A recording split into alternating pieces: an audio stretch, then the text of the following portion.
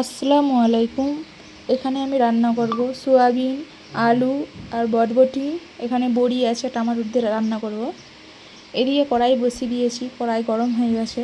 কড়াইয়ের মধ্যে আমি সরষের তেল দিয়ে দিয়েছি। তেল দেওয়া হয়ে গেছে, তেলটা গরম হোক, তারপরে আমি বাকি মশলাগুলো দেবো। তেল এইদিকে গরম হয়ে গেছে, এবার আমি তেলের মধ্যে দিয়ে দেব তেজপাতা, 5 ফোঁটন, গোটা জিরে, শুকনো লঙ্কা দিয়ে দিলাম। এতে আমি গুঁড়ো লঙ্কা দেবো না, এটাকে ভালো করে আমি নাড়াচাড়া করে নেব। নাড়াচাড়া করে এতে আমি আদা বাটা দেবো, রসুন বাটা দেবো না, পেঁয়াজ কুচিও দেবো না। নাড়াচাড়া করে আমি এতে আদা বাটা দিয়ে দিলাম। আদা বাটা দিয়ে ভালো করে এটাকে আমি মশলাটাকে কষিয়ে নেব। মশলাটা এদিকে কষানো হয়ে গেলে তারপরে আমি সোয়াবিনটা দেবো। তারপরে আমি বড়ি দিয়ে দিয়েছি, এবার আমি সোয়াবিনটা দিয়ে দেবো। দিয়ে সোয়াবিন আর বড়ি ভালো করে নাড়াচাড়া করে নেব।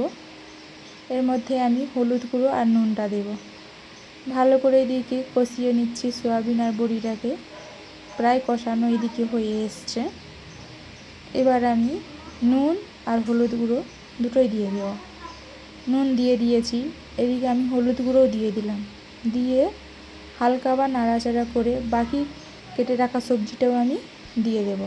এদিকে আলু আর বরবটি কেটে ধুয়ে রেখেছিলাম, ওটাও দিয়ে দিলাম। দিয়ে ভালো করে তরকারিটাকে আমি কষাবো। আমি এতে পানি দেব না, এমনি নাড়াচাড়া করতে করতেই রান্নাটা হয়ে যাবে। এদিকে ভালো করে আমি তরকারিটা কষিয়ে নিচ্ছি। এবার আমি কিছুক্ষণের জন্য চাপা দিয়ে দেব। এই চাপা দিয়ে রান্না করতে করতে তরকারিটা হয়ে যাবে। চাপা দিয়ে দিয়েছি, এবার আমি চাপা খুলে দেখব তরকারি এইদিকে হাফ হয়ে গেছে। আবার ভালো করে আমি নাড়াচাড়া করে নেব। নাড়াচাড়া করে আবার আমি চাপা দিয়ে রেখে দেবো। দেখছি আলুগুলো প্রায় সিদ্ধ হয়ে এসছে। এর উপর দিয়ে আমি টমেটোর কুচিটাও দিয়ে দিলাম। দিয়ে ভালো করে নাড়াচাড়া করে এবার আমি রেখে দেবো।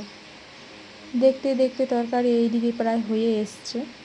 এবার ভালো করে টমেটোগুলোকে আমি তরকারিটার সঙ্গে হালকা হালকা করে ঘেঁটে দেবো টমেটোটা। এবার আমি এতে দেব হালকা পরিমাণের গোলমরিচ গুঁড়া। তরকারি হয়ে গেলে আমি অল্প পরিমাণের ঘি দেব। গোলমরিচ গুঁড়া আমি দিয়ে দিয়েছি।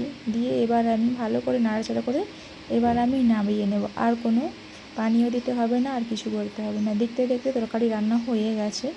এবার আমি বাসনের মধ্যে তরকারিটা ঢেলে নিলাম। ঢেলে এর উপরে আমি ঘিটা দিয়ে দেব। এতে আমি ঘিও দিয়ে দিলাম। এই ঘিটা আমি দেশ থেকে এনেছিলাম, 2 চামচ ঘি দিয়ে দিলাম। অনেক টেস্টি হয়েছিল তরকারিটা, কোনো পানি দেইনি আর গুঁড়ো লঙ্কাও দেইনি।